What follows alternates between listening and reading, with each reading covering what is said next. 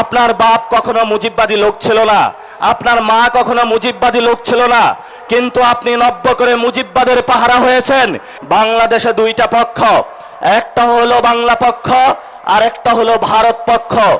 আপনারা যদি ভারত পক্ষে গিয়ে থাকেন, বাংলা পক্ষের সাথে আপনাদের কঠিন লড়াই হবে, এবং এই লড়াই যদি আপনাদের আবারই পতন হয়, তাহলে সেই পতনে আমাদের কোনো কিছু করার থাকবে না, কারণ আপনার পতন আপনি নিশ্চিত করছেন।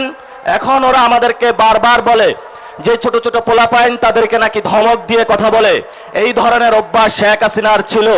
আপনারা দেখেছেন পার্লামেন্টে দেশের অন্যতম প্রথিতযশা আলেম আল্লামা মামুনুল হককে নিয়ে যেই ধরনের আওয়ামী লীগ কুরুচিপূর্ণ মন্তব্য করেছিল, তেমনি ভাবে বিএনপি সরকার আওয়ামী লীগের পথ ধরে একই কুরুচিপূর্ণ মন্তব্যের তারা আশ্রয় নিয়েছে, এবং সাথে সাথে তারা যে বিষয়টা জঘন্য কর্মকাণ্ড তারা করলো, তারা দেখলো বাংলাদেশে যতদিন আলেম ওলামা থাকবে, বাংলাদেশে যতদিন ইসলামের পক্ষের লোক থাকবে, বাংলাদেশে যতদিন নীতি নৈতিকতার লোক থাকবে, ততদিন তাদের চাঁদাবাজি সন্ত্রাস দুর্নীতি ভারত নীতির তারা বিরোধিতা করতে যাবে।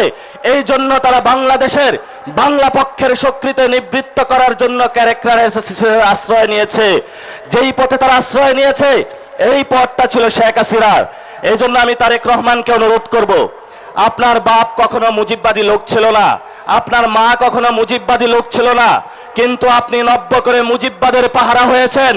এই মুজিববাদের পাহারাদার হয়ে যদি বাংলাদেশের জনগণের সামনে আপনি দাঁড়ান, আমরা যারা মুজিববাদের দোষর তাদের সাথে এক সেকেন্ডের জন্য তাদের প্রতি আমরা আঘাতে পরোয়া করব না ইনশাআল্লাহ।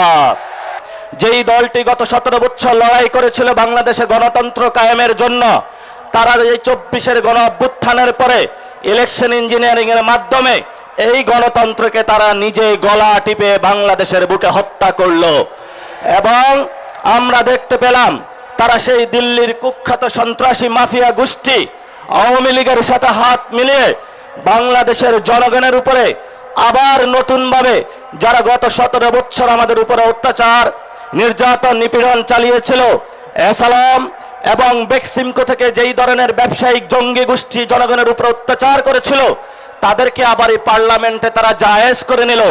শুধু তাই নয়, পার্লামেন্টের প্রথম সেশনে যার নির্দেশে বাংলাদেশের অসংখ্য আপনাদের সন্তান খুন হয়েছে, সেই চুপ্পুকেও তারা পার্লামেন্ট অধিবেশনে এসে নিয়েছিল, এবং সেই চুপ্পুর সামনে তারা দৌড়িয়ে পার্লামেন্ট সেশনে করেছিল। এবং পরবর্তীতে যখন তাদেরকে বলা হলো যে আমরা একটি বৈষম্যহীন একটি মানবিক বাংলাদেশ চাই, তখন তারা ধর্মীয় কার্ড খেলা শুরু করলো। মুক্তিযুদ্ধের ভুয়া কার্ডের আশ্রয় নিয়ে দিল্লির সাথে তাল মিলিয়ে নতুনভাবে যারা বাংলাদেশের পার্লামেন্টে এবং জনগণে মাঠে প্রান্তরে রয়েছে, তাদেরকে বাংলাদেশ বিরোধী আখ্যা দিতে শুরু করলো।